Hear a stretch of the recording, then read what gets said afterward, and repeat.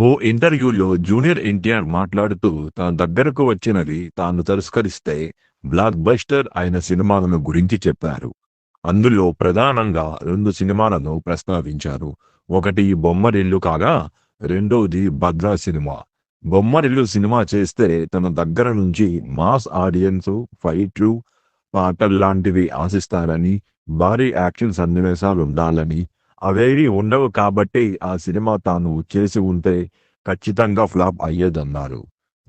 ఈ సినిమా తర్వాత బోయపాటి శ్రీను మొదటి సినిమా 'భద్ర' కథ ముందుగా తనకే చెప్పాడని ఎన్టీఆర్ చెప్పారు.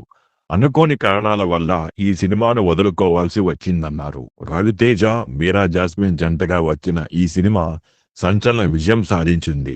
ఈ సినిమాను వదులుకున్నందుకు ఎంతో బాధపడ్డానని, ఇప్పటికీ 'బద్రీ' సినిమా చేయనందుకు బాధపడుతుంటానని ఎన్టీఆర్ చెప్పారు. బోయపాటి